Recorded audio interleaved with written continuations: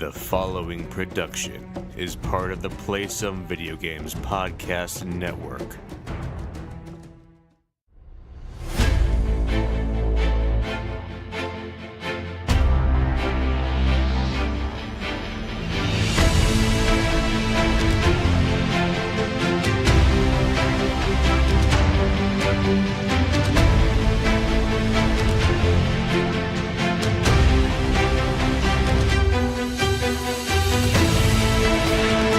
Greetings, zombies, and welcome to Bored with Video Games, the gaming podcast that strives for the right balance of coverage for games you play on your table and on your television. You can think of us as the DJ Jazzy Jeff and Fresh Prince of gaming podcasts. We're a proud member of the PSVG Podcast Network and a member of the Make Us Better team over on Patreon. I am one of your hosts, Kyle, and joining me on this co-op adventure, the guy who sits back and unwinds as often as he can, Josh. How are you doing this evening? I am doing very good. How about yourself? I'm doing quite well. Can you believe this is episode 50? It's crazy. I don't know if we should make a big deal out of this episode or the year episode. We'll probably make a bigger deal out of the year episode, but or both, I guess. But yeah, 50 times we've done this. It's kind of crazy to think about. So that's a lot of times. That is a lot of times. That's a lot of times that we have sat and talked over Google Hangouts. Mm-hmm. So are you a fan of DJ Jazzy Jeff and the Fresh Prince? I was a fan. I don't know if that I would currently be a fan. Like, how do you stop liking them? Well, it's not that I don't stop liking them, but I know that like they both individually still do music, so I couldn't tell you like if they had put something out new and if I was still a fan of that. Gotcha. I think like 2 years ago, supposedly they were going to go on tour and they never did. Can you imagine what that would have been like having Will Smith on doing a music tour? It would be a huge mistake on his part financially. Well, I think he'd make some money. I mean, I can't imagine he's raking it in for movies anymore. I don't think he's a $20 million man anymore, is he? I don't know. I wonder what he got for Bright. Probably not that much. Yeah, probably not. Though Netflix throws a lot of money at a lot of things. Yeah, absolutely. So, all right. But hey, you know what? This isn't a movie podcast. A music podcast. No, a music podcast would be fun. This isn't a music podcast. It's a gaming podcast. So thanks so much for joining us this week. As always, if you have any feedback, questions, suggested topics, hit us up at Bored with VG on Twitter or check us out at Bored with VG on Instagram. You can find us on Facebook at facebook.com/boredwithvg. So feel free to hit us up with a 5-star rating over there. You're welcome to communicate in the long form with us, boredwithvg@gmail.com. And as always, hashtag boredwithvg on all the social medias so that we can follow all the awesome things that you're doing. And if you're interested in helping make us better, check out patreon.com/makeusbetter. And a big thanks to all of our supporters there. If you're interested in helping Bored with Video Game get its own podcast feed, $1 or $2 there could go a long way in helping make that happen. But again, if you are already donating, thank you so much. And if you know what, you can't or you don't want to and you just want to listen, we're totally happy with that as well. So enough of all this housekeeping stuff. Josh, what have you been playing on your tabletop, sir? Well, I played The Mind. Are you familiar with The Mind? I am familiar with The Mind, and I don't remember who tweeted it out, but I remember I read a tweet yesterday, sometime recently, that somebody vaguely said something along the lines of somebody that if you don't like The Mind, they're going to punch you in the throat or something like that. So I assume it must be good. Well, The Mind is a card game that is, I don't know if I want to be so bold to say dividing the board gaming medium, but it's very either loved or hated. I don't think there's much in between. I don't know. I guess maybe with more players, I could see why that could be a problem, but it's by Pandasaurus Games, who are infamously known for Dinosaur Island.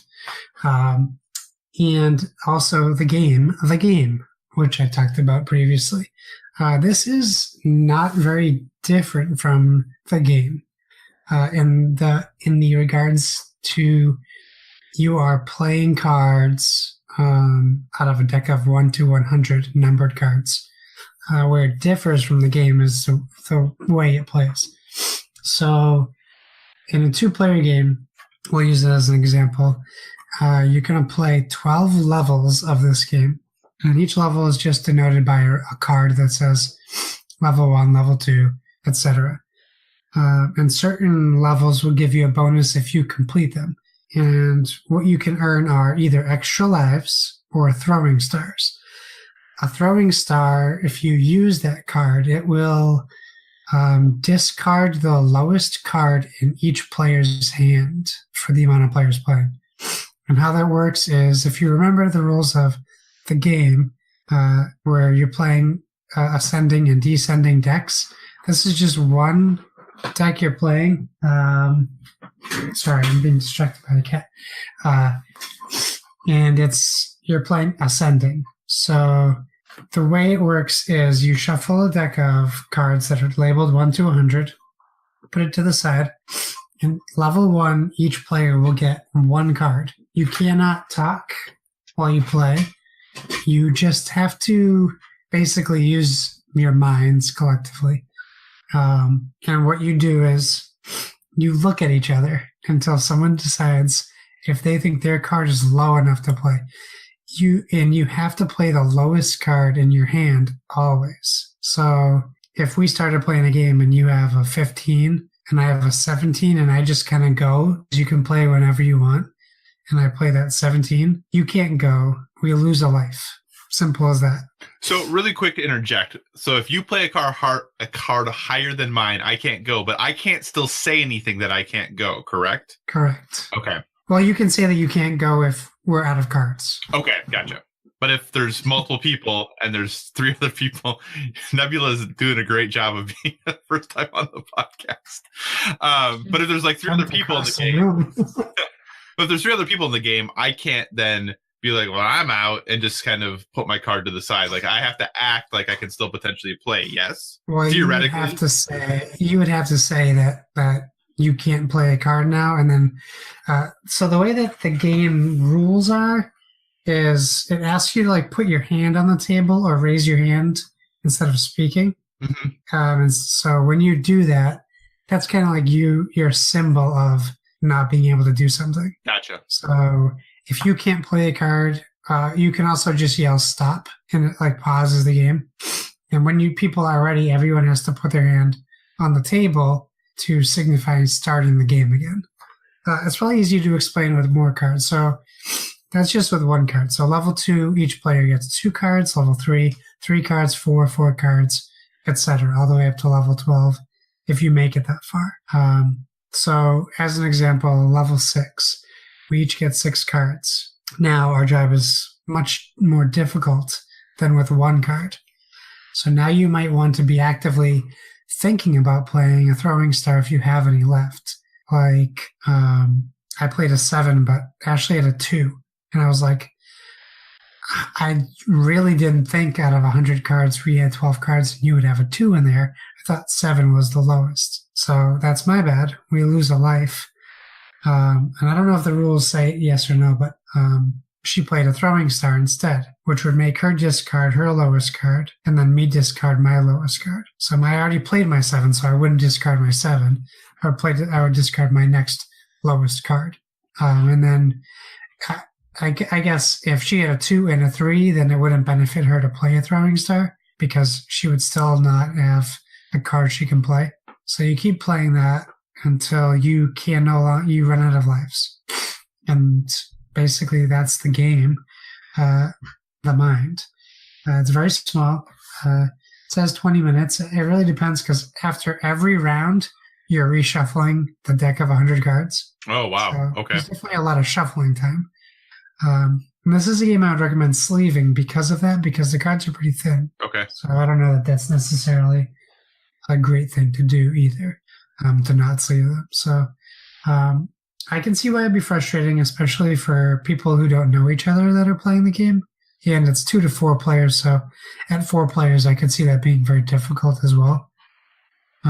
So I can see why people might not enjoy it, but at least at 2 players, we paused it. We took we saved our game. It doesn't say you can do that in the rules, but we were up to level 7. we paused. Man, sometimes it's moments like these I really wish we did video. I just saved my cat's life, thinking she could jump into this box over here. So that's the mind. Honestly, it was a busy weekend, so we played the mind today because we didn't get any game time in over the weekend. But my order for Miniature Market that I ordered in June arrived today. Oh wow! That was the Mind and Titan Race. Gotcha. Yeah. So really quick about the Mind, because obviously, like you said, this is a game that is getting a lot of chatter. A lot of people are talking about it. So even though I have not played it, I have heard a lot of and read a lot about it. So this seems like a game that would be quote unquote better with more people as far as more fun. Would you agree with that from the limited amount you've played thus far? I think it depends on your mindset going into the game. Okay. If you want to go in and have fun and not take it too seriously, absolutely. But you also need 3 other people with that same mindset. Okay. So I can see why maybe at the convention, like circuit, people aren't loving it as much because there's a lot of strong-willed minded gamers out there that want to win everything they play. Right. So I could see both sides. But I think it's not expensive. It's a nice, easy, portable card game that 2 to 4 people can play. You can play it in a hotel room. You can play it at an airport. You can play it at a cookout. I like games like that. And it's difficult. It makes you think a little bit. So I like it, you know. I think I could recommend that and the game. And I think they both can survive in the same environment together, even though they're pretty similar. Okay, so here's my next question about the Mind that I've never understood. So you have shurikens that you can play. Why are they shurikens? I don't know. Okay. There's no theming behind it at all. Okay. I was curious as to why, because like when you look at the box, and then you hear there are shurikens in the game, it doesn't make a ton of sense. Yeah, the box has a floating bunny on the cover. Right. And there's a shuriken in the back. Gotcha. So overall, though, so far, you would recommend the Mind? Yeah, for sure. And it'll be a game I play with friends and family, too, to see how it plays with more players. Okay, so the final question that people sometimes, talk about when it comes to this game, is it actually a game, or is it a social experiment / activity? It's both. Okay, I think it could be both. I just think it certainly is a game. Okay. It could also be a social experiment. Gotcha.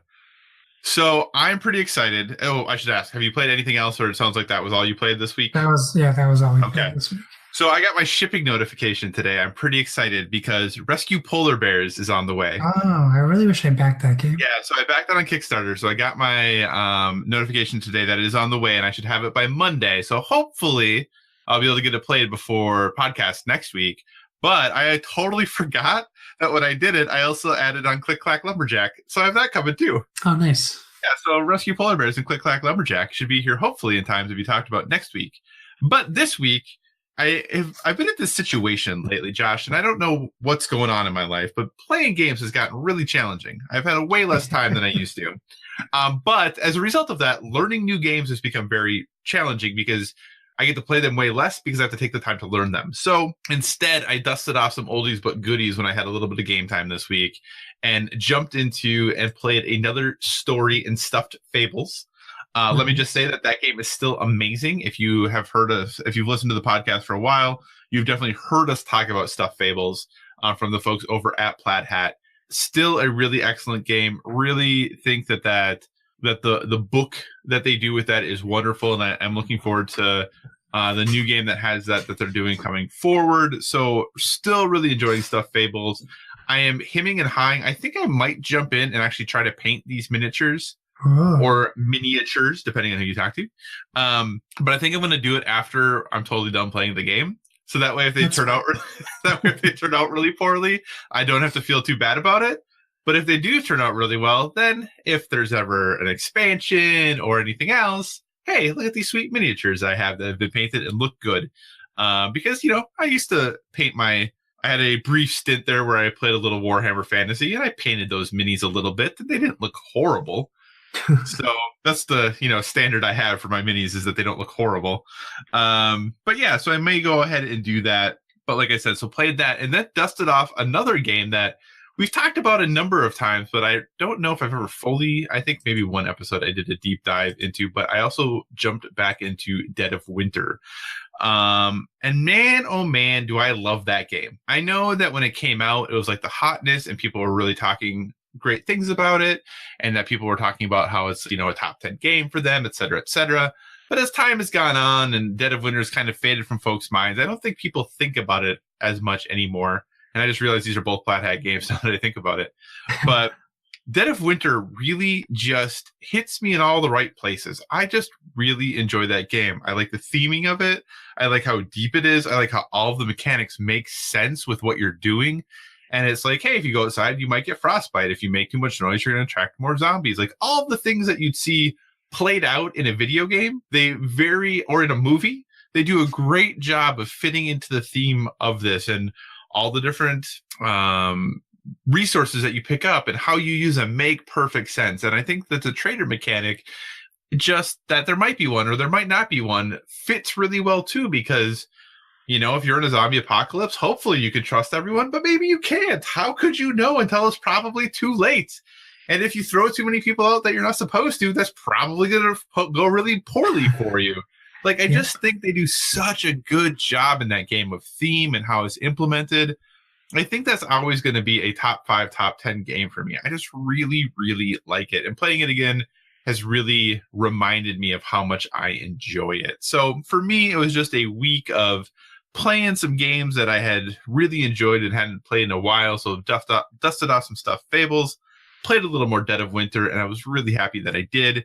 But now seeing these games I have coming in, the fact that I still haven't played Everdell and a couple other things, I probably should take some time to learn some new games. So let me tell you, though, Everdell, which was a Kickstarter that recently was shipped, this expansion, its first expansion, I think, is on Kickstarter right now. Yeah, I just saw that.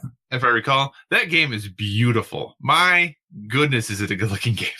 It looks so good. The art and the graphic design in that game is amazing. It's so good. So I've opened it. The box is amazing. Like everything that they have put together into that Kickstarter is really good. So I would highly recommend, if you have a chance to check out Everdell, at least check it out because it looks beautiful. Like I said, I haven't played it yet, but if you can especially see it at a convention or see it on a store shelf, that game is a looker. Wow, is it a beautiful game. So maybe that too, along with Rescue Polar Bears, maybe both of those will happen next week. I'll set goals. So that's what I've been playing for board games. Josh, what have you been playing as far as your television screen goes?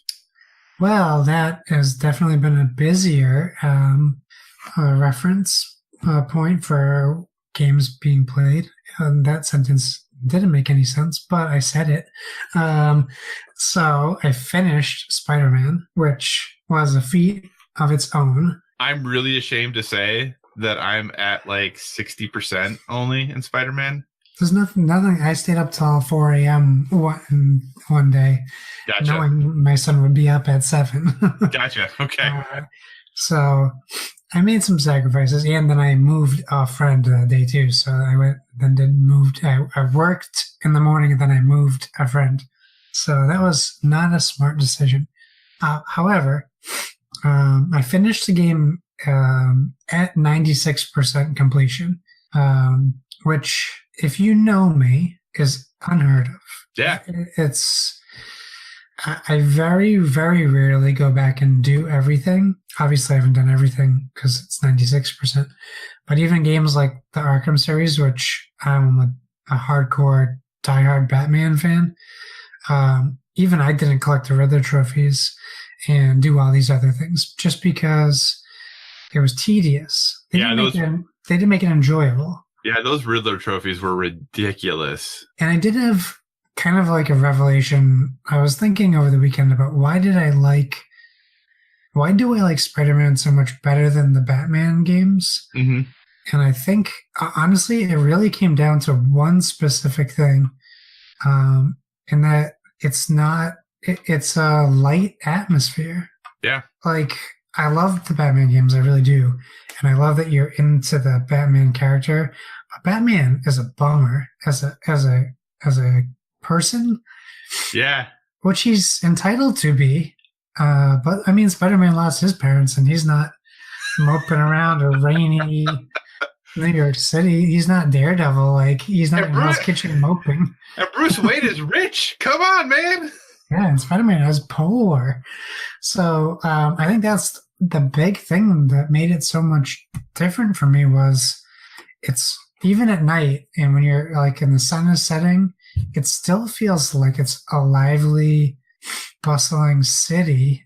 And like, I'm not even a New York fan, but I still felt like comfortable in it, doing things. I never felt like Batman is a heavy game emotionally and character wise. So like it was a big change. So I think that's why I took to it so much better than Batman. That might be a poor choice of words, but I thought no spoilers. I thought the story was great. I think that their decision to take it in a different direction at the end of the game is a bold move for them, but I like it. Like it's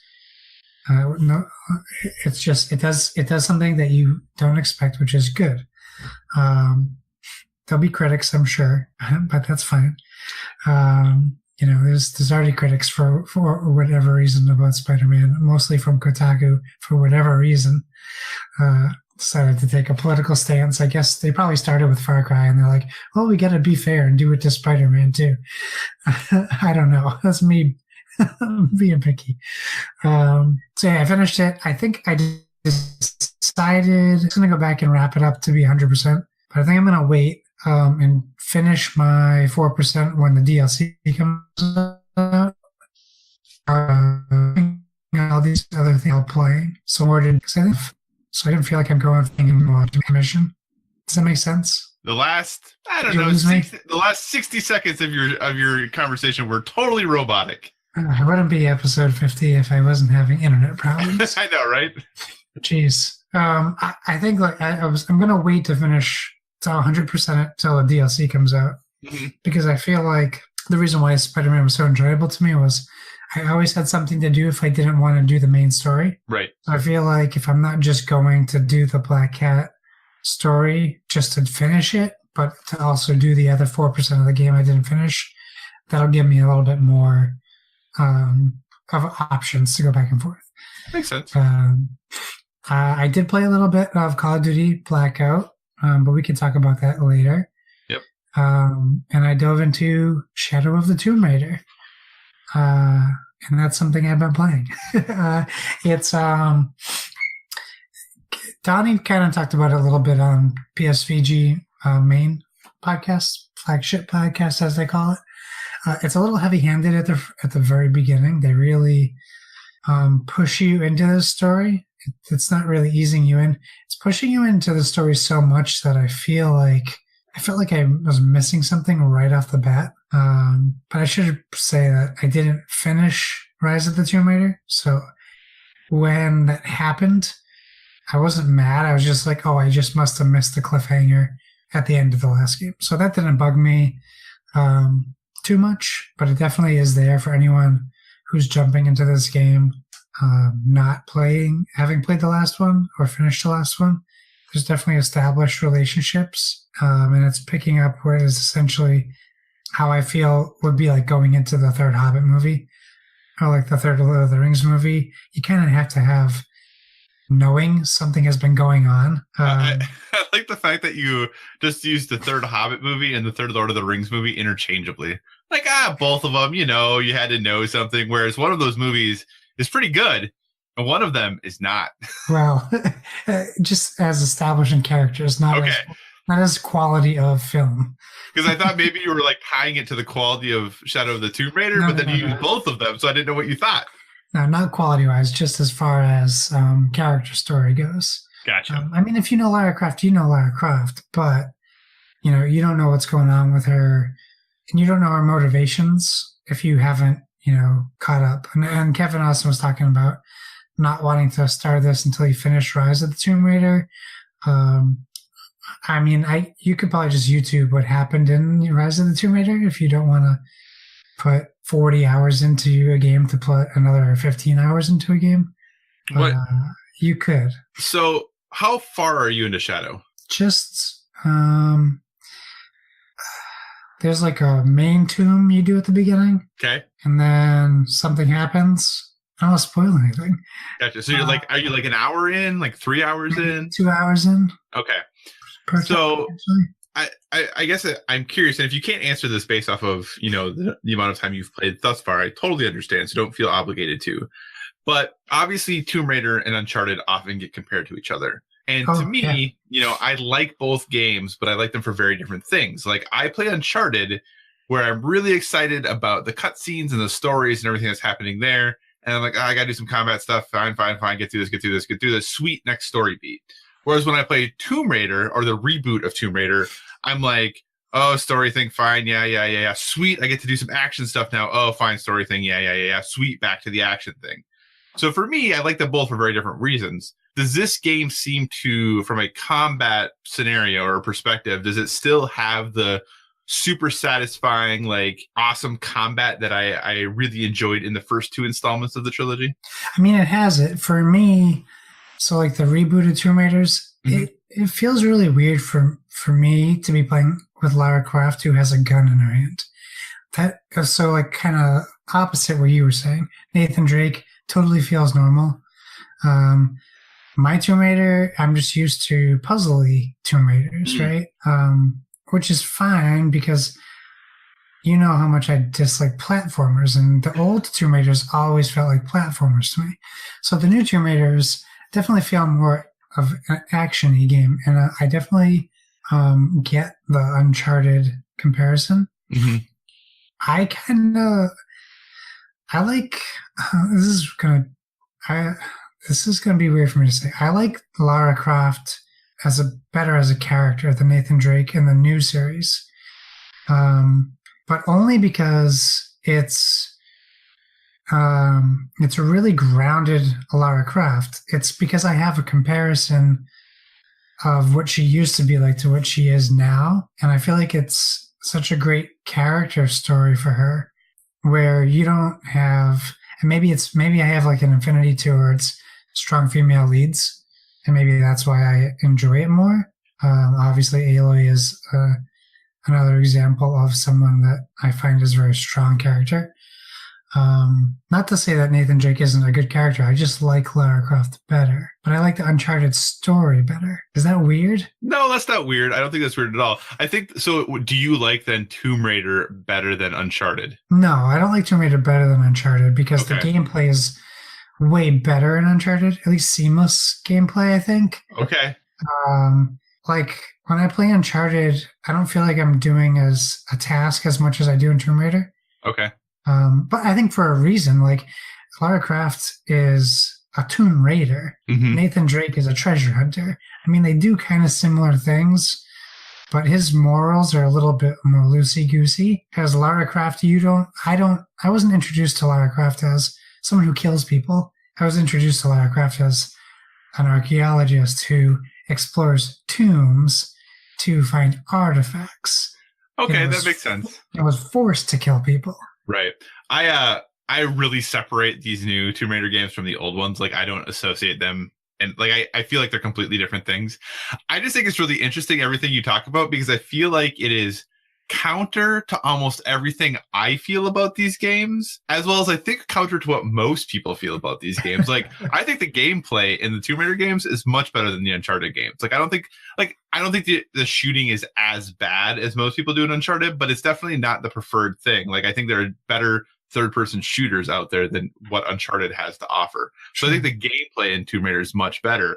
I care way more about Nathan Drake and Sully and Elena than I do at all about Lara Croft in these new games. I actually kind of don't like her as a character. Now, I think Aloy is a fantastic character. I really like Aloy. I do not like this Lara Croft at all. Like if you don't, she's definitely a conflicted character, and she definitely has the I don't call it whiny, but like the out of place attitude about a lot of things, and whiny, like hissy fit. But you have to remember where her character comes from. She comes from snooty, rich castles. Like she's not, and even they don't touch on it in too much into this Tomb Raider series, but she's still that same character. Right. And maybe I shouldn't say I don't care about her as a character. Like, maybe I shouldn't say I don't like her. I just don't care. Like, there's nothing that's happened in these first two games that have made me really connect or care with her or care about her as a character. Like, Sure. to me, she is the character I control to get me through this thing. Like, I have no vested interest necessarily in what she is, like why she's doing what she's doing. I just want to do the thing she's doing because it's cool. Yeah, I think you're right. I think you're in the majority too, because I mean, unfortunately, the sales numbers show that. And I actually took a deep dive into like the previous sales numbers, because the head of Walmart Canada has decided to go like full on PlayStation fanboy recently on Twitter, trashing Xbox. Yeah, that's really weird. Really all weird. Of his tweets. So I had to do some research when he said any third party game would never outsell on the Xbox over PlayStation 4. So I did some deep diving on Tomb Raider because I thought that was a very bold statement. Well, it turns out he's not that wrong, but he shouldn't say never. Anyways, This isn't my feud with Paul Hunter. But the Tomb Raider reboot sales are like well below 2 million per like generation of like 1, 2, and 3, which is shocking to me. I thought it would sell way better, but maybe people just aren't connecting with your character, and that's fine. Maybe people just want to play Tomb Raider for the visuals and the gameplay, which it's there. Right. But I don't know if you saw my tweet. I tweeted the other day. I'm like, I'm paraphrasing my own tweet now, but I was like, that means you've made it, right? Yeah, I guess so. This is not spoilery because it happens in every game like this, but I'm like, how come in these games I'm spending 30 to 60 minutes traversing cliffs, almost falling to my death multiple times, jumping high platforms, just to get to the end where the bad guys casually walk through a back entrance. And I was like, I'm looking at you, Uncharted and Tomb Raider, because it just annoys me to no end. You have to take it by surprise. No, there's no one in there. You get in there, you think you have something, and then you get surprised by people. Right. There's some things we'll talk about once you start playing that did bug me from a story continuity error, but that's me nitpicking for no reason. Just that stuff bugs me in movies. That stuff bugs me in video games. Like, if you can establish something, you should stick to that, not meander back and forth for good storytelling. Right. But other than that, I'm really enjoying the game so far. I'm glad we got it. And yeah, I hope to keep playing it. I mean, we're on a strict timeline now with games, so I really have to like power through it because we have Forza, which just announced James Bond cars today. That's incredible with the gadgets. And then we have Red Dead and Assassin's Creed. And well, we have a couple weeks till Assassin's Creed and Forza, right? Because Forza's... They both drop on October 2nd, depending on which bundles you get, because you could also get Forza 4 days early if you buy the Ultimate Edition. But which would be 4 days prior to October 2nd. Yes, which would be is 29th, 30th? Right, 20th? Which is Assassin's Creed is the 5th, unless you get a good bundle, then you get it on October 2nd. On the 2nd, right. So, perfect. Which we've talked about this before, too, in our podcast, how much that is annoying to me. Yeah. But I've rambled enough. I don't think I played any other games. I did download 2 more games for the Xbox Quest this month. Okay. It's play 30 minutes of Livelock, which is the free game, which I tried, which was interesting. You might like it. It's like it's a top-down twin-stick shooter. Oh, well then I might like it. And it's play 30 minutes of Trove. Okay. And play 30 minutes of Crossout. So here's the funny thing about this, right? Because obviously, as a listener knows, we talked about, we do game share. So every time you download this stuff, it always ends up on my Xbox. And the funny thing is, though, is I just go in, because when I turned on my Xbox today, because I wanted to make sure that I had the Forza Horizon 4 demo, which I am actually going to play because I don't like driving games. But I said I'm going to try this demo and at least see what I think about it. I was hoping to play before tonight. It just didn't quite happen. But I saw all these other games, and then I looked at my console, and I was at 99.1% full for my space. And I was like, Josh, what have you been downloading? So then I went in and deleted all these games, and I was like, I didn't add this, I didn't add this, I didn't add this. So then I deleted all those games you just mentioned. I deleted off my Xbox like 2 hours ago. That's so weird that it does that to you. It doesn't do it to me when you download games. I don't know if it's because like you redeem, maybe because you do it online, so it just pushes to mine, since mine is quote unquote your primary. Oh, man. No, I do it on my console. Oh, then I have no idea. It's really weird. Anyway, that is really weird. Do those for the quests. If you're listening, you still have 12 days to get those done. It's 30 minutes for 3 games. Like, that should be easy. Yeah. And Live Log has co-op, so maybe we can try playing a game at some point. I'll have to re-download it. But yeah, how about you? I know what you've been playing, but these guys don't. Yeah, so me, I've just been playing Spider-Man. Well, I shouldn't say just. I also played a little bit of Call of Duty Blackout, but we'll talk about that in a little bit as our topic of the show. So I've just been still swinging around in New York City, Marvel's New York City, playing Spider-Man. I'm at the 60-something% complete right now. Really enjoying the game still. I think that I am trying to force myself now to get out of the habits I've developed early in the game, because I have a lot of gadgets now and I have a lot of suits, but I haven't unlocked a suit actually since like the first one you could unlock. I have them all available. I just haven't unlocked any of them because I have a power that I'm using that I really like, and all the rest look fine, but I'm not super care. I don't really necessarily want to like change the way I look.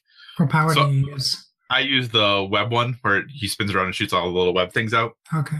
So that's what I always use, because I basically will jump into, I usually just like will web strike someone, or I will do the like little thing where you drop down and you punch the ground and everyone. And then I do that, and then it like takes care of like, so a lot of times then like the low level enemies are just done. Nice. So then I only have to worry about the high level enemies. But anyway, so I've been still really enjoying that. Unlocking more and more side quests as I go. I'm trying to get myself to play the main missions more, but I keep like getting distracted along my way to the main missions. So like my map is not totally empty now and cleared off, but it's getting pretty darn close. And I've been told, and I've overheard when I'm trying to avoid spoilers, to not do that. So I'm trying to make myself just go do these main story missions. And not that I don't want to, I just really like swinging around and doing stuff. It's fun. So that's what I keep doing. I am having a greater appreciation for the gadgets in the game. I don't think when I first started playing the game, I was using the gadgets probably as much as I should have been.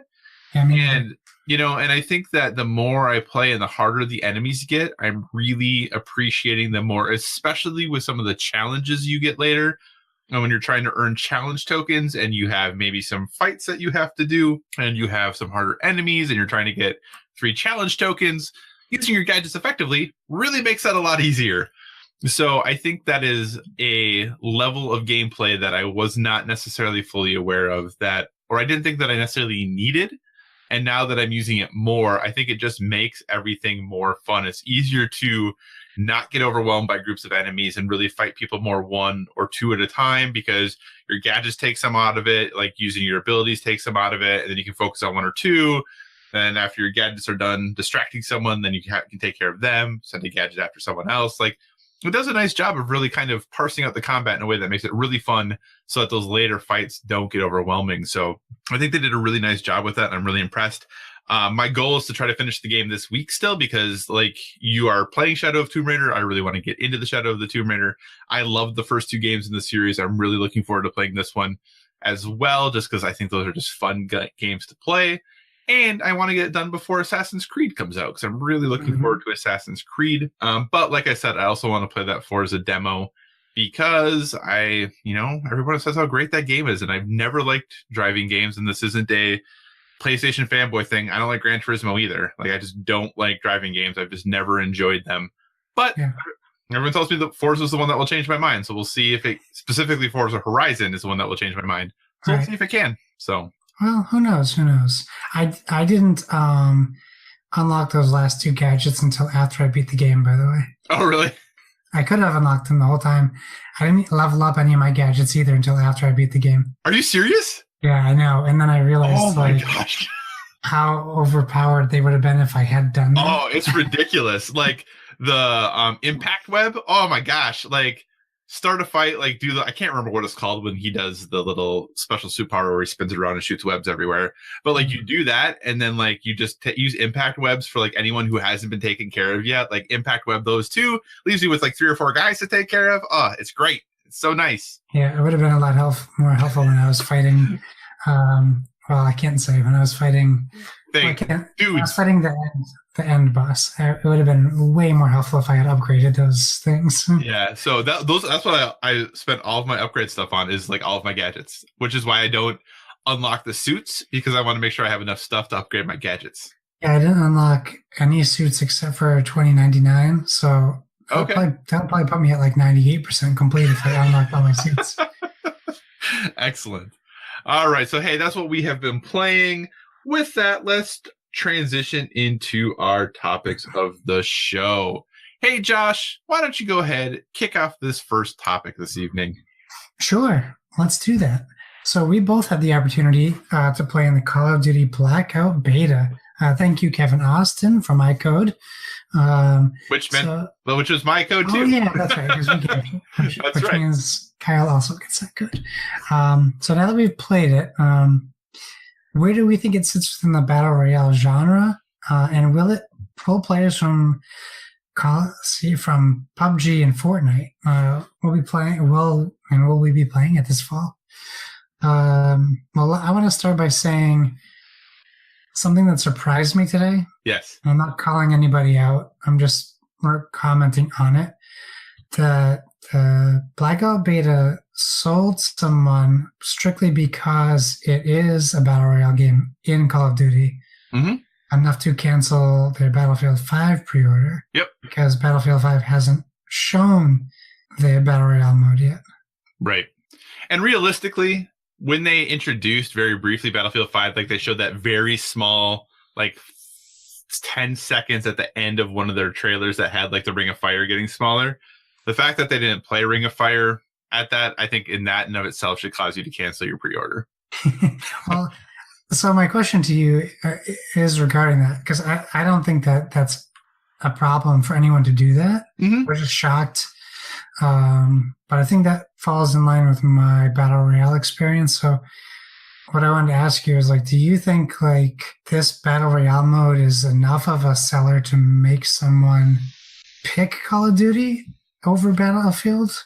I think maybe it is, because, so back up really briefly. I've played some PUBG. I don't love it. I have played some Fortnite. I like it better than PUBG, but I also don't love it. Like, I think they're fine. I understand why people enjoy them. There actually was a really interesting Twitter thread from a developer at Blizzard, I think, and I can't remember what the name is, but I'm sure you could go look it up on Twitter, that he talked about how the reason battle royales are so interesting is because they have figured out the time investment to loss/victory ratio, right? Like, if you jump into the game and lose right away, who cares? Like, you're not worried about the fact that you just lost in the game in 30 seconds, because you can just quit and jump right back into another game. Whereas in a typical deathmatch or something like that, or in a typical Battlefield game, like, you could know in the first 10 minutes of a Battlefield multiplayer game that you are clearly going to lose, but that match might last another 20 minutes. But you already know you're going to lose, right? Whereas the longer you're in a battle royale game, the better you've been doing. You've been doing better. So even if you win, you feel great because you won. But even if you made top 10, you're like, man, shoot, I made top 10, but I still had a good time getting there and I did pretty well, right? So the battle royale genre has figured out that investment time so that if you lose right away, you don't care. If you lose later, you don't really care all that much either because you did better. And then if you win, you feel great. So I thought that was a really interesting thread out there. So again, I can't remember who it was, but it was somebody, a Blizzard employee who posted that on Twitter. But I think that pulls a lot then to this conversation of, if you played Blackout, you're like, here's the experience that I've had. Maybe, Battlefield 5 had their multiplayer beta. Maybe you played that multiplayer beta, having that experience of like, wow, this match went for a long time and I knew I was going to lose for a long time. And then you come and you play Blackout and you have that different experience because the game mode is different. Your investment feels different. You feel better if you win, but not as bad as you lose. Maybe that is enough to make you switch, Yeah. That's fair. I think that's a great analogy for how Battle Royale works. It makes perfect sense to me. So where do you think it falls with the Battle Royale games? Because everyone's saying PUBG killer. Yeah, I mean, I don't know if it's a PUBG killer. I definitely, of the other Battle Royals I've played, because I haven't played any of the smaller ones, like I haven't played Darwin Project or anything like that. But between PUBG and Fortnite and Call of Duty Blackout, so far, it is the one I like the best. I think that's mostly because I have so much experience and history playing Call of Duty, though, that I didn't have to learn the shooting mechanics. I knew when I dropped in, once I found a weapon, I knew how to shoot it. I knew how to be as good as I could be with it based off my experience in that game. Like, I had to learn some stuff about, here's how you now use perks, which I think how they use perks is really cool. And I think is different than the other Battle Royales, like to a degree. Like, I think that's really neat that can change the swing of the tide of battle, and you don't necessarily know what perks your opponent has. But it was a game that I felt immediately comfortable in. I immediately felt like I at least knew what I was doing. In the games that I played, the first 2 games went real poorly. I was out, like, the first game I played, because I was so used to Fortnite, I didn't realize, like, how important it is to get to the ground immediately, because people are going to have guns and you die as fast as you normally do in Call of Duty. So, like, literally, like, I landed on the ground and died, like, instantly, because someone already was landed, had a gun, and just, like, took me out immediately. So my first 2 times I was like 70th and like 64th or something like that. And then the next 6 games that I played, I finished in the top 10. I never won, but I finished in the top 10. Nice. So I think maybe because of the success, I like it better because I immediately felt pretty good about it. But yeah, I think there's just a comfort level with this game for people who have played Call of Duty. Is it perfect? No, there's some things that are a little finicky about it, but you know, the locations are familiar. I think how they've incorporated zombies into the map is cool. So far, I'm a fan. Now, is it enough to make me buy the game? That I don't know. But if I was going to pick one of the 3 to play, this would be the one that I would choose to play if all 3 were available to me. How about you? I think I agree with you that it felt really comfortable, which is nice. It felt real smooth. Mm-hmm. It felt better to me than any of the other games. It was challenging.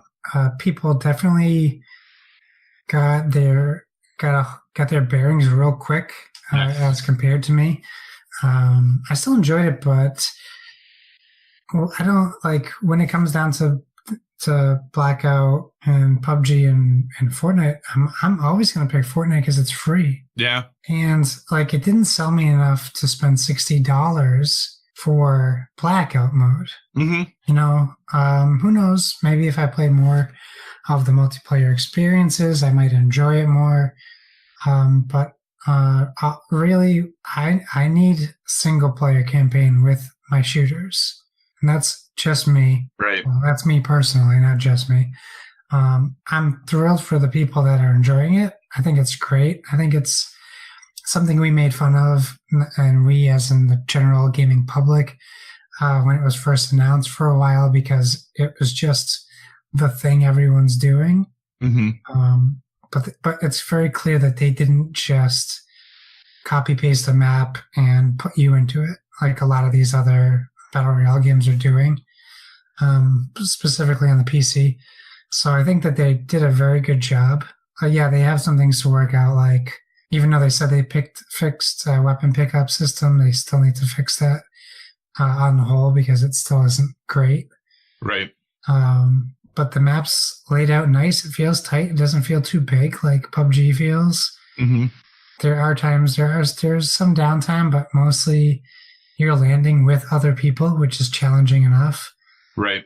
It's hard to find a place that no one is at. Mm-hmm. So I think they did a real good job with it. The ultimate question is, will we be playing it this fall? Yeah, that's the hard thing, right? So let me back up really quick, and I'm going to propose a question for you. Yeah. You said right now you pick Fortnite because it was free. Uh-huh. If Fortnite was $30 like PUBG is, so if Fortnite was 30, PUBG was 30, and Blackout was 60, would you still pick Fortnite? No. But I couldn't tell you that I'd pick if I hadn't already bought PUBG like I bought it. No, I think if Fortnite and PUBG were 30, knowing what I know now, and Call of Duty was 60, I wouldn't buy any of them. Oh, okay. I enjoy my time with them, but I'm not like I have Fortnite on my PC, my Xbox, my PlayStation, and my Switch because it's free. And I can play with my friends on most of those. On most of them. But it's only if people are like, hey, we're playing Fortnite, you want to play? I go, yeah, I'll play because I have access to it. It's very possible that if they were like, do you want to play PUBG? It's $30. If I saw that they were actively playing it, I would purchase it. But I'm trying to get out of that habit of just buying like Friday the 13th because Coach says we'll play Friday the 13th and we never play. Right. Like, it's good intentions. But and now I have Friday the 13th sitting on my Xbox and I've never played it. Right. So like, it's, like I'm trying to get away from that. So if Blackout was $30, I would buy it hands down. Okay. No question. Yeah, and I'm almost wondering if that would have been a smarter move by them because I think about it's really hard for me still to swallow $60 for a game that only has multiplayer components. You can play zombies. Granted, you can play zombies alone. You can play multiplayer, deathmatchy stuff, or you can play Blackout. And it's really hard for me to be like, yeah, I'm going to drop $60 on a game that I'm only going to be able to play online modes with. But then as soon as I say that, I think about the hundreds and hundreds and hundreds of hours I've played in Overwatch, which is, in some ways way less options, like you play Overwatch and that's what you play, And it's interesting because I have no problems playing Overwatch alone. I have no problems jumping into games by myself for that and just kind of doing the things that Overwatch is. Like, I don't have any problems with that. For some reason, when it comes to Call of Duty, I hate playing Call of Duty multiplayer alone. I just don't like it. So I think if I knew that I had a group of people who were going to regularly play this game, I would spend $60 to buy it. Without knowing that, it is very challenging me to drop the money. Because like I said, I had fun with what I did, but how long am I going to play that for? I live in a place, because I live in the middle of the country, we still have movie rental stores that rent video games. It's a make more sense for me to rent this game for 5 days, play Blackout to my heart's content, and then return it and never have to think about it again. Pay the $6 to rent the game for 5 days and call it good. Maybe that's the better route for me. I don't know. Yeah. That's crazy. Yeah, I know. You saw video stores. Oh yeah, I worked at one for just a couple of years ago for a year. It was great. Nice. I mean, I'm jealous. I'm more jealous than anything. Off topic, but on brand. If Call of Duty brought back 4-player split screen, it would be a day one purchase. No question about it. Do you have 3 people who would come over and play Call of Duty with you? We used to do it all the time, and we would play. It wasn't Call of Duty though. Well, was it? Yeah, it was Call of Duty World War II. Or Ghost Recon, Future Soldier, or like even that's with tiny TVs. Now we have these giant TVs and we can't do that. But we would just come down and we would just we play gun game with Call of Duty. Yep. There was a point with Black Ops 2 because they limited everything. We would get 2 copies of it and do 2 people on one screen, 2 people on the other screen. Right. In Black Ops 3, they eliminated that. You could only do 1 person on one screen. Yep. So you couldn't even do. So I don't understand why they got rid of that. But we would do that with Halo. We'd do a whole day. It would be a Saturday. We'd book it out. We'd get pizza and Mountain Dew. Right. We'd put it on Legendary, and we would play 4-player ODST, 4-player Halo 3 split screen. I don't think 4 did it. It's 4-player split screen, but I know ODST did. I miss stuff like that, and I don't. It must be a programming thing that it's too much time. I think trying to run that and maybe trying to run those many textures at 60 FPS divided by 2 divided by 4. Yeah. Maybe they just can't do it anymore. I just miss that. I mean, any game that did that would be must buy for me right now because it's just something I need. Anyway, that's off topic. But that's okay. So overall, Blackout, we like it. Just not sure if we're playing it this fall. Yeah, thumbs up. Yeah, good job. all right. Did you change my mind on what I thought was going to be a big misstep for you? Right. Yeah. Like I said, I think I'm really interested to see how that game sells because, like you said, I think it's a really quality entry into Battle Royale. I'm just really interested to see if people will pay $60 for a whole lot of multiplayer options. Yeah. So speaking of spending money, Assassin's Creed Odyssey has announced its season pass and post-content launch plans, and they're looking to keep players engaged in the game long after the new year begins. They're going to have daily contracts, weekly contracts, new epic ships or mercenaries each week, and the Lost Tales of Greece story missions will be free to all players. In addition, the Lost Tales of they'll have 2 major storyline DLCs coming out.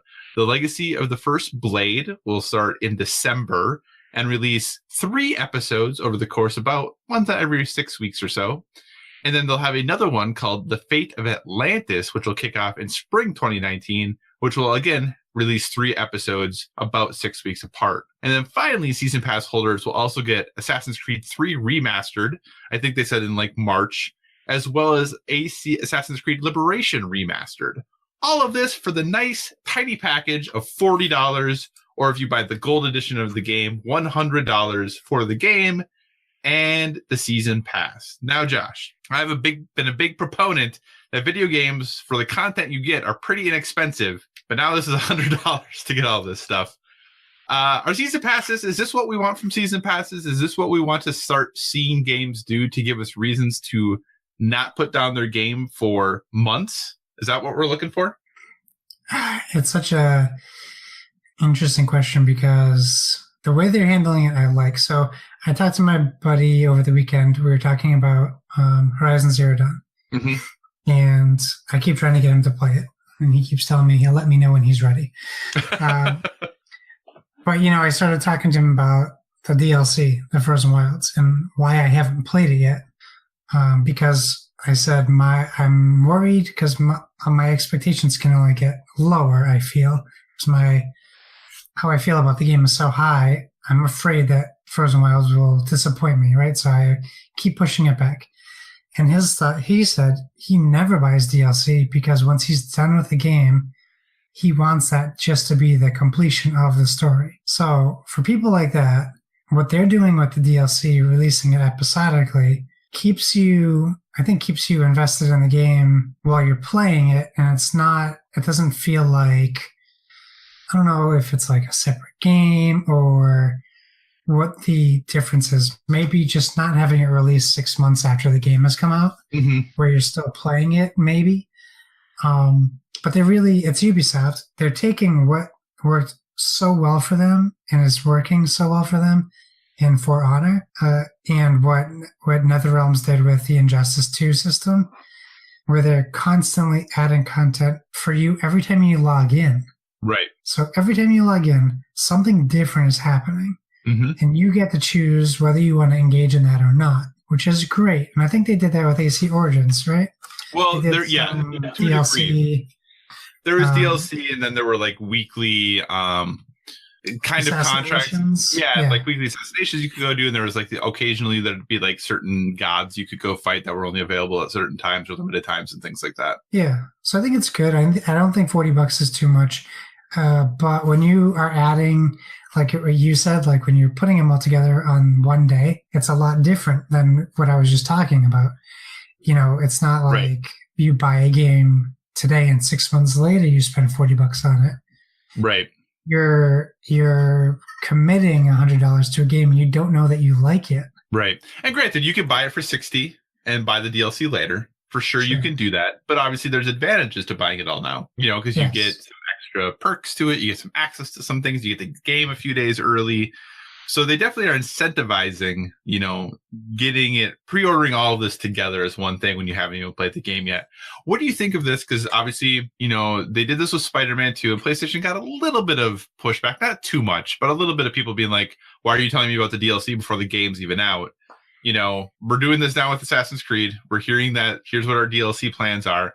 Now, obviously, I don't think this is in things they cut from the game. I think this is obviously something that they're very intentionally trying to provide post-release content and support and all of these things. Do you think announcing it this early is good? Or what are your thoughts on how they've kind of rolled out the information about this?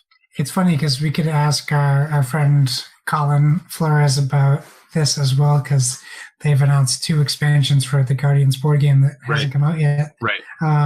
I think it's a sign of good faith on the developer, mm-hmm.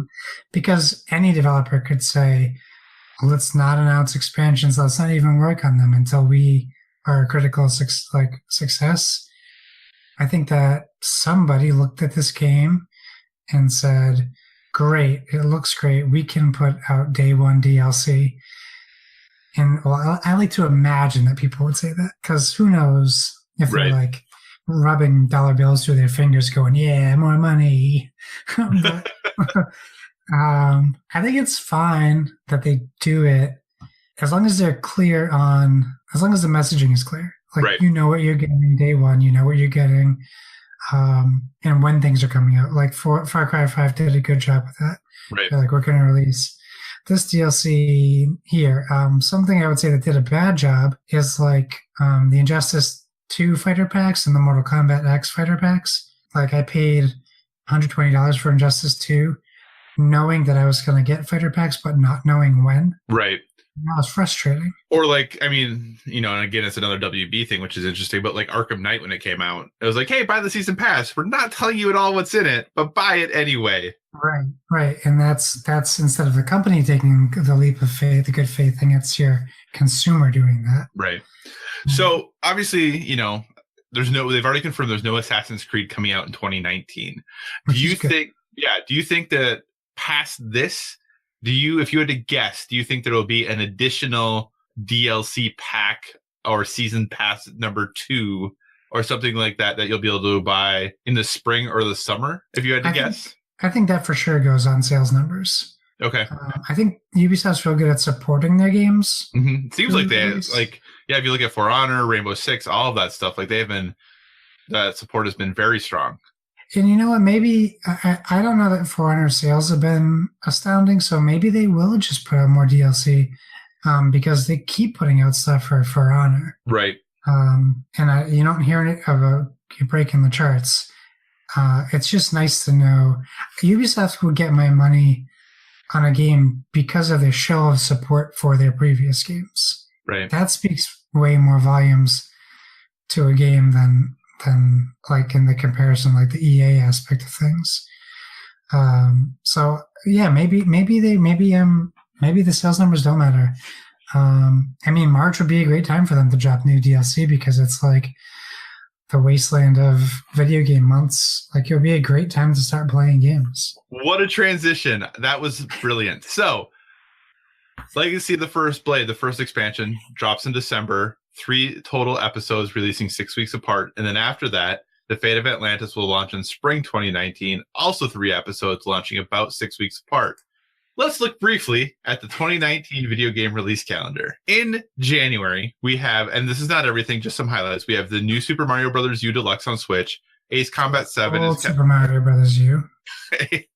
That was you, not me. Ace Combat 7 is finally coming out. Travis Strikes Again, No More Heroes, Resident Evil 2 Remake, and Kingdom Hearts 3 are all January. February, we have Anthem, Days Gone, Metro Exodus, Crackdown 3, supposedly, all coming out in February. And then March, we have Devil May Cry 5, The Division 2, and Sekiro Shadows Die Twice. When you hear about all of those games that are already confirmed for Q1 2019, are you still playing Assassin's Creed with all of those games on the horizon? No, I didn't realize that March had those 3 big games. That's new. That's new for people in gaming world. We don't see stuff like that ever. Right. So that's where I think this gets really interesting, because I'm kind of reverting back. I used to be a person who got really deep and only played a handful of games, and then I went through this phase of my life where I wanted to play everything, and I played a ton of games. And I've kind of reverted back a little bit where I am looking more to dive deep into fewer games. And I don't know why that is. That's just kind of like the mood I am in. Like, honestly, after Assassin's Creed Odyssey, like, I know Red Dead Redemption 2 is going to be after that. But once Assassin's Creed Odyssey comes out, I don't know if I'm going to buy anything else this year, other than maybe, and everybody's going to laugh, Astrobot Rescue Missions on PlayStation VR I'm probably going to get. But outside of that, I don't know what else I'm going to get. Like, that's kind of where I'm interested in. I'm kind of actually thinking about and really wondering is Assassin's Creed going to be the game that I spend 150 hours in doing all this stuff, because I really enjoyed Origins. I had a ton of fun with it, but then I look at this list starting for January and I'm like, man, I don't know. That's fair. I mean, it's a good problem to have, but it also stinks because like these are all games we want to play. Right. So it's while it is a good problem to have, we're like it means we have to miss out on stuff and picking and choosing. And even if we bought them all, the time isn't there, so you'd still be missing out on a great deal of things. Right. So to kind of wrap up this DLC question, would you prefer more big, chunky things of DLC like this that cost $40? Or would you prefer smaller season passes that are $15 that give you maybe just some more inconsequential fun drops of things to happen, or smaller, like if you look at like the Spider-Man DLC, you're getting 3 story missions, coming October, November, December, probably 2 to 3 hours each, I would guess. Would you prefer to have something more like that, or do you want something bigger, chunkier, like what Assassin's Creed is having to offer you? I mean, it's a good question because you're ultimately arguing against less or more of a game. Right. And I think if you do it in small bits, you get to kind of pick and choose what you want to play. And if you're buying a $40 chunk, you might be getting content you don't want included. So like some people might not want Assassin's Creed 3 or Liberation, which is totally reasonable. So should they be able to buy the DLC for $20 instead of $40? I think that is fair. So yeah, I think maybe I prefer maybe the Telltale version of DLC, like $10 an episode. You choose, you play, when you get to it, kind of stuff like that. Excellent. Yeah, I think it's tough. I think it's hard because I typically am like, well, if I really like the game, I want more, and if I don't like it as much, I don't care. So I'm not going to buy it either way, So it's kind of it is an interesting thing to have, but it's interesting because I also am a huge fan of Horizon Zero Dawn. I also own the Frozen Wilds. I also have never played it. Right. And for me, it was because by the time it came out, I hadn't played the game in 6 months. And I was like, wow, I hear that actually it starts pretty hard. Do I remember how to play this game? Like, I don't know. So yeah, that's a big thing too. That's a big part of it. Yeah, absolutely. All right. Well, hey, let's kind of get towards wrapping the show up. We do have one listener question this week from super listener Splig, who sent us a question to @BoardWithVG on Twitter, like you can. And Splig says, congrats on 50. How are you celebrating? Your favorite developer, TV/table, just approached you to be put in their game as a supporting character. What dev/game is it, and what's your role? So, hey, Splig, thanks so much for the congrats. Josh, how are you celebrating our 50th episode, and what game do you want to be in? How am I celebrating? I told everybody that we recorded 50 episodes that I know, and they were all shocked. So that's how I've been celebrating. Although I didn't really tweet about it, which is probably a mistake. Yeah, we'll celebrate. We'll celebrate more on our year anniversary, which is right around the corner. I feel like this question was like catered to me though, the developer thing.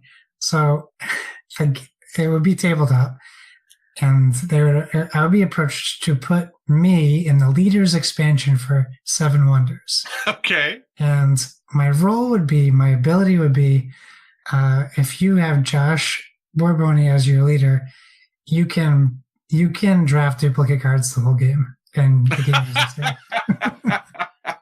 That is a great power. That would be perfect. So then I can say, every game of Seven Wonders I've played has been correct. Repos Productions, get on that. Oh, man. Yeah. So for me, I guess I'm celebrating 50th by like where I live right now. It's 9:30 as we wrap up this recording, and I'm drinking coffee still. So I'm probably going to play some video games after this. So that's how I'm celebrating.